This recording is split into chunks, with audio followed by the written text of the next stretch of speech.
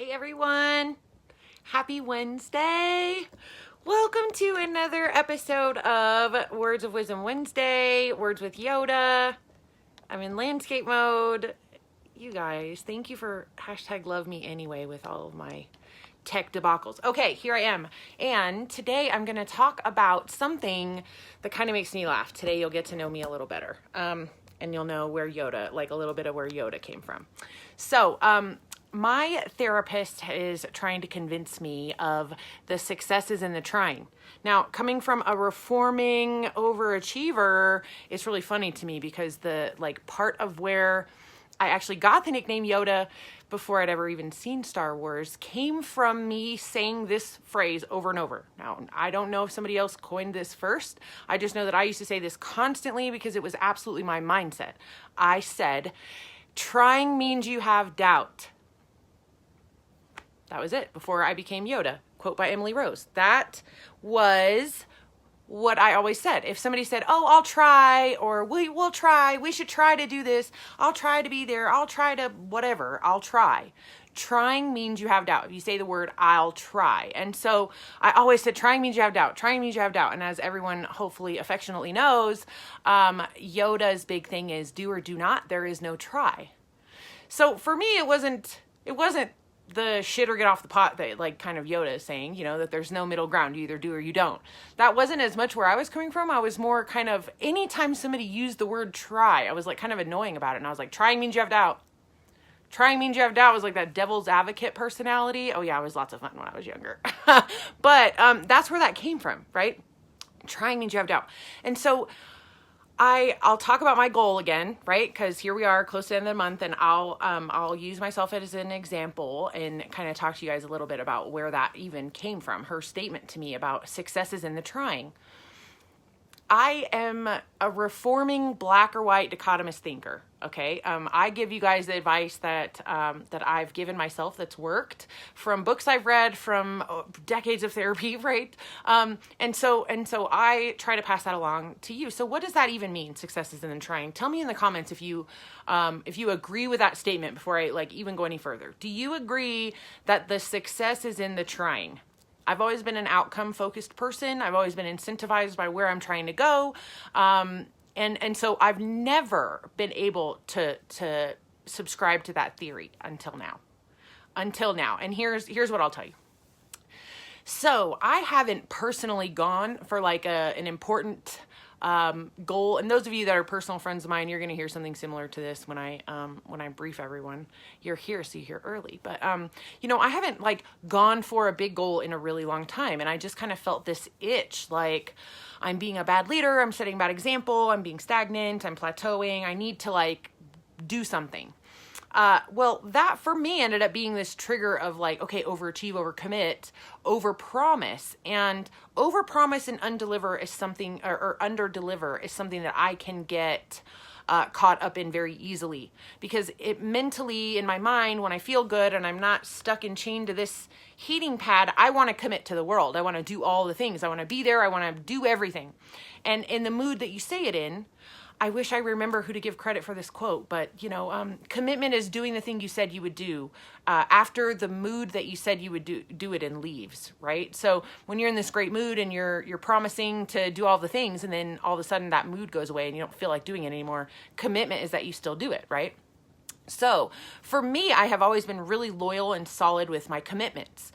Maybe I'll waver and cancel and back out if I didn't officially commit to it. And so for me, I believed, okay, all I have to do if I want to go for a big, huge goal is commit to doing it, publicly announce it, commit to doing it. And then as usual, myself will fall in line and I will just muster whatever I need to be able to get going and make it happen. Now that's normally always been the truth for me back when I was still that black-white person, the all or none, I don't know, a half speed type of thing, right? So things have changed and that's not the case anymore. Hey, Liz. And so it's funny because I'm talking to my therapist about, how interesting I think it is that I'm not really acting like my normal self, or the self at least that I was prior to this growth recently. Whereas I really thought that that's all that it would take, is that but it's not, and that's not how it goes. Okay, so the success in the trying, what do I even mean by that? Okay, so number one, I overcommitted, and I'm just using myself as an example. I overcommitted myself thinking that that was going to like give me a shove. A lot of times when we overcommit, sometimes it's like a self-sabotage, but a lot of the time it's we really at the moment believe that the universe is going to come through for us and help make it happen, and it does, and that is how it works. So that's where the secret element of it comes in. But it can't be a going through the motions process. So back to my example, sorry.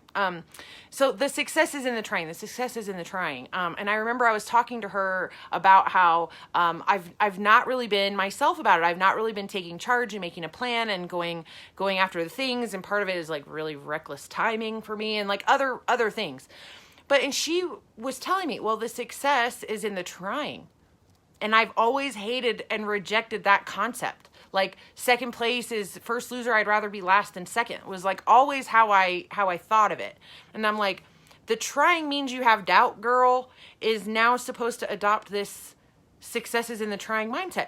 So you guys, I have been like really marinating on this all month long about the successes in the trying, like really wrap my mind around what that entirely means. And here's an example, not just me, because mine's still in progress, but here's a conceptual example, an analogy of how that's a thing. Okay. So I know that I always use weight loss, but it's because I know everybody can identify with that. And it's also quantitative, right? We can qualify how much of a pound is, right? So let's say that I want to lose 5 pounds. By whatever date, because if you don't have a specific date, it's just a dream. It's not an actual goal, right?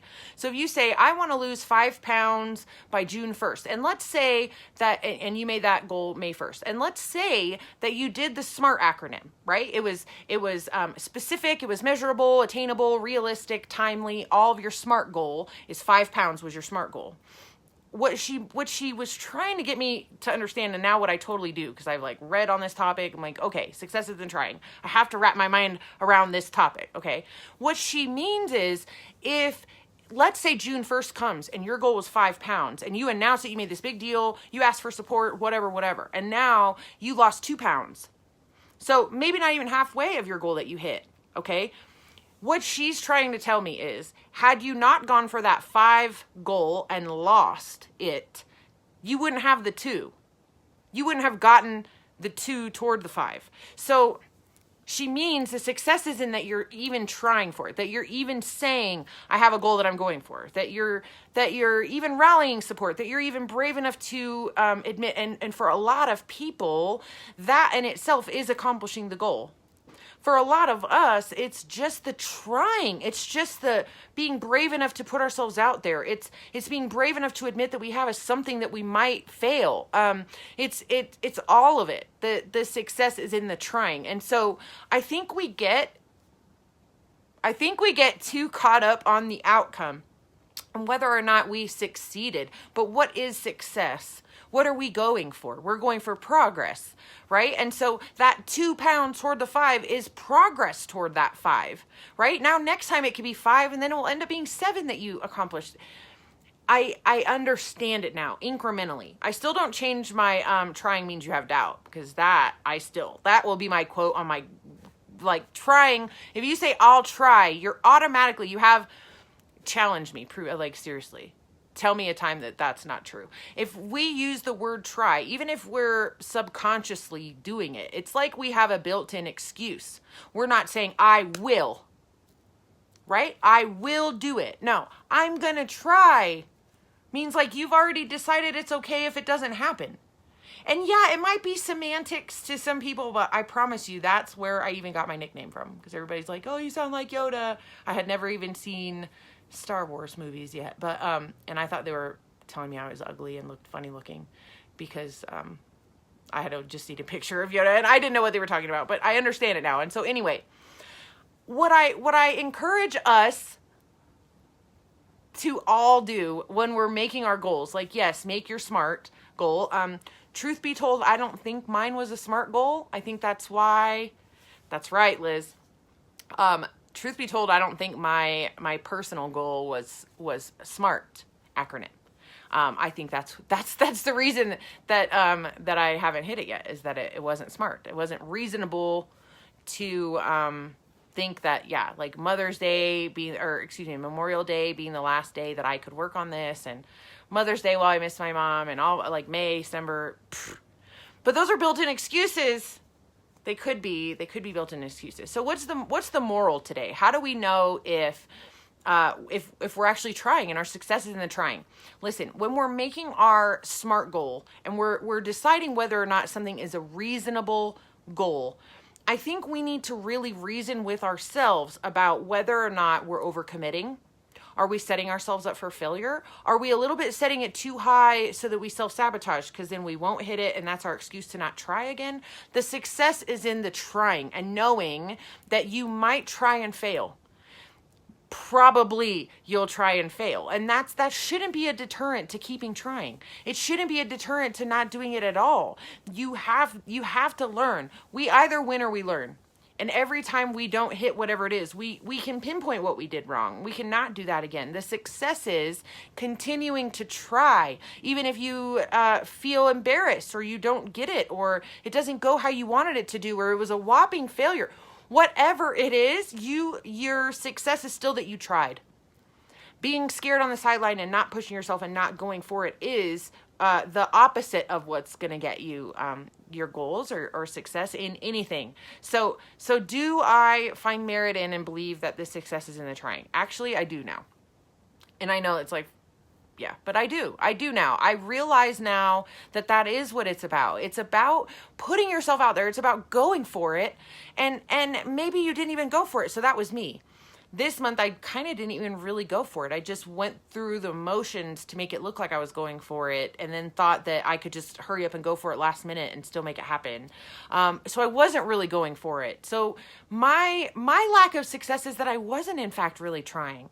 So maybe the success is in the trying. The what makes you successful is that you are actually actively putting forth that effort to make whatever it was happen, whatever you want to make happen. And if you get 2 out of 5, that's still 2. That's better than the 0 that you would have had if you tried 0. So if we try 0, we're going to get 0. I think the success is in the trying because the harder we try, the more often we try. When we get up and keep trying after we haven't gotten the success is in the trying. So Yoda's official opinion is yes, the success is in the trying. I love you all. I hope you're having a great day. I will see you next time. Love and light. Take care. Thank you for watching.